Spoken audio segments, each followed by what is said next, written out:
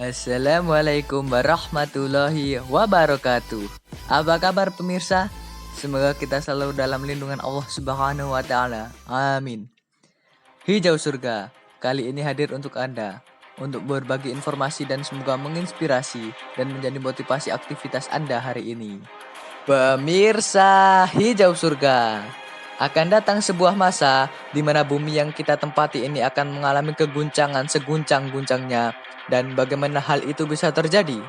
Pemirsa Hijau Surga, setelah matahari terbit dari barat, kemunculan api diaman yang menggiring manusia, dan kemunculan binatang yang bisa berbicara di akhir zaman, maka bumi dan alam semesta mulai memasuki detik-detik kehancurannya.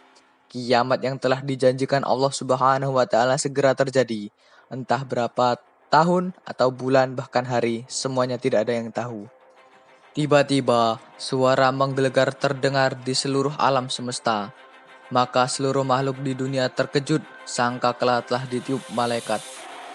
Dan ingatlah pada hari ketika sangkakala ditiup, maka terkejutlah apa yang ada di langit dan apa yang ada di bumi, kecuali siapa yang dikehendaki Allah. Dan semua mereka datang menghadapnya dengan merendahkan diri. Al-Quran Surat An-Naml ayat 87. Inilah tiupan pertama dari 3 perintah Allah Subhanahu wa taala yang disebut dengan nafqatul fazah atau tiupan mengagetkan yang menyebabkan kepanikan atau terkejutnya seluruh makhluk. Pada tiupan ini seluruh alam semesta termasuk langit dan bumi serta alam buana akan berguncang dengan sebenar-benarnya guncangan.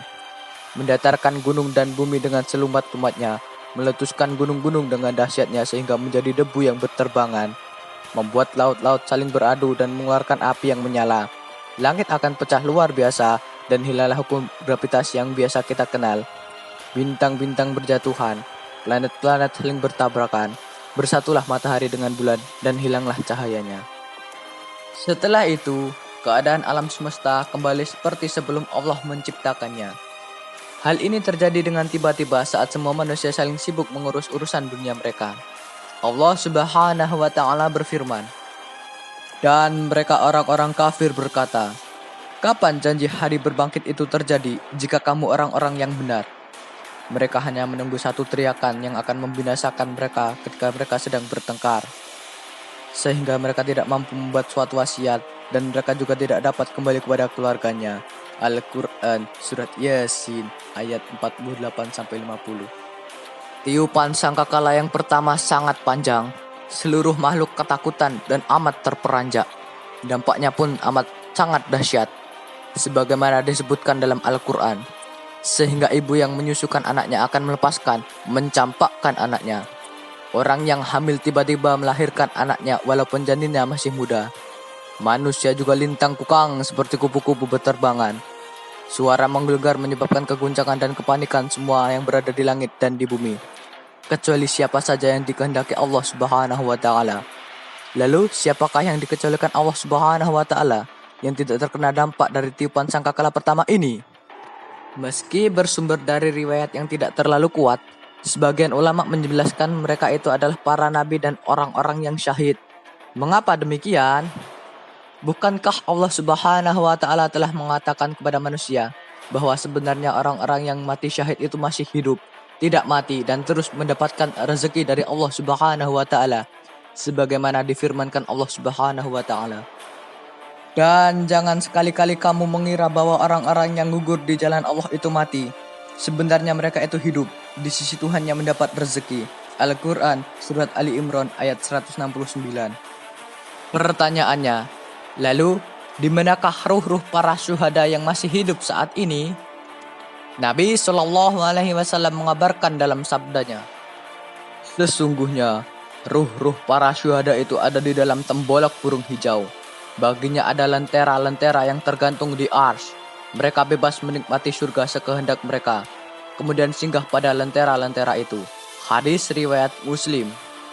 Ruh-ruh mulia inilah yang tidak akan terganggu dan terkena dampak dari tiupan sangkakala yang sangat dahsyat ini. Mereka mendapat perlindungan dari Allah Subhanahu wa taala. Kemudian malaikat meniup sangkakala akan diperintahkan oleh Allah Subhanahu wa taala untuk meniup sur trompet sangkakala sebanyak 3 kali tiupan bila kiamat telah tiba. Setelah tiupan pertama, Allah memerintahkan sur atau trompet ditiup pada kali yang kedua. Pada tiupan kedua ini, maka terkejutlah dan matilah semua makhluk yang berada di langit, yaitu para malaikat dan manusia, serta semua makhluk di bumi, termasuk para nabi dan orang syahid. Allah Subhanahu wa Ta'ala berfirman, "Dan sangkakala pun ditiup, maka matilah semua makhluk yang di langit dan di bumi, kecuali mereka yang dikehendaki Allah." Kemudian ditiup sekali lagi sangkakala itu, maka seketika itu mereka bangun dari kuburnya menunggu keputusan Allah. Al-Quran Surat Az-Zumar ayat 68. Dalam ayat ini disebutkan bahwa tiupan yang kedua, seluruh makhluk yang di langit maupun di bumi, semuanya mati. Inilah yang disebut dengan tiupan syaqah atau tiupan kematian.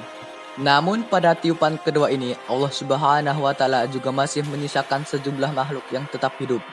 Sebagian ahli tafsir menyebutkan mereka yang dibiarkan hidup itu adalah malaikat Jibril, Mikail, Israfil, Israel, dan 4 malaikat pemikul Arsy. Mereka inilah yang disebut Al-Quran dengan kalimat kecuali siapa-siapa yang dikehendaki Allah. Kemudian Allah Subhanahu wa Ta'ala memerintahkan malaikat Israel atau malaikat pencabut nyawa untuk mencabut nyawa malaikat Jibril, Mikail, Israfil, dan 4 malaikat pemikul Arsy. Maka tidak ada yang tersisa kecuali Allah dan malaikat maut. Kemudian Allah berkata kepada malaikat maut, "Wahai malaikat maut, kamu adalah salah satu dari makhluk-makhlukku, maka sekarang matilah kamu."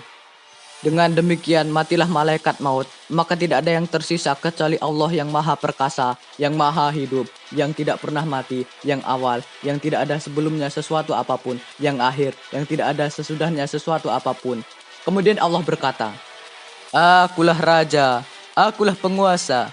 Di manakah raja-raja bumi? Di manakah para penguasa? Di manakah orang-orang yang sombong? Dan untuk siapakah kekuasaan pada hari ini?"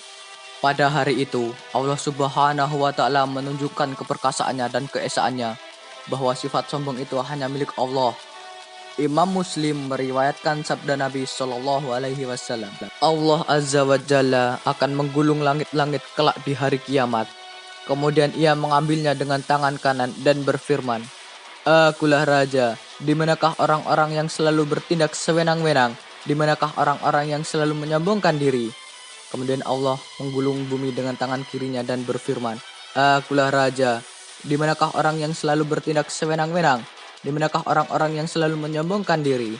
Hadis riwayat Muslim. Kesombongan inilah sifat yang tidak boleh disandang oleh makhluknya, siapapun ia. Inilah yang ditegaskan Rasulullah Shallallahu Alaihi Wasallam dalam hadis qudsi dari Abu Hurairah. Allah Azza wa Jalla berfirman, "Kesombongan adalah selendangku dan keagungan adalah kain sarungku. Barang siapa yang turut memiliki dalam salah satu dari kedua hal tersebut, maka benar-benar akan aku lemparkan dia ke dalam neraka." Hadis riwayat Abu Dawud, Ibnu Majah, dan Imam Ahmad. Keadaan alam semesta akan tetap seperti itu hingga waktu yang ditentukan untuk ditiupkan sangkakala ketiga, yaitu tiupan kebangkitan. Entah berapa lama jarak antara waktu tiupan kedua dan tiupan ketiga, atau tiupan kematian dan kebangkitan. Namun, Imam Bukhari meriwayatkan sabda Nabi Shallallahu Alaihi Wasallam, jarak antara dua tiupan adalah 40. Para sahabat bertanya, "Wahai Abu Hurairah, apakah 40 hari?" Abu Hurairah menjawab, "Aku enggan." Mereka bertanya lagi, 40 bulan? Abu Hurairah menjawab, "Aku enggan." Mereka bertanya lagi, 40 tahun? Abu Hurairah menjawab, "Aku enggan." Hadis riwayat Bukhari.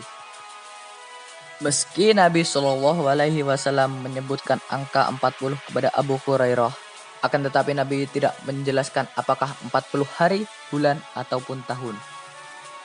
Yang jelas apapun itu, baik hari, bulan, ataupun tahun, angka 40 yang disebutkan Nabi itu tentu waktu yang sangat lama sekali. Karena saat itu sudah memasuki waktu akhirat, yang durasinya 1 hari di akhirat sama dengan 50.000 tahun di dunia. Semoga kita selalu dilindungi Allah Subhanahu wa Ta'ala. Amin. Akhir kata, wassalamualaikum warahmatullahi wabarakatuh.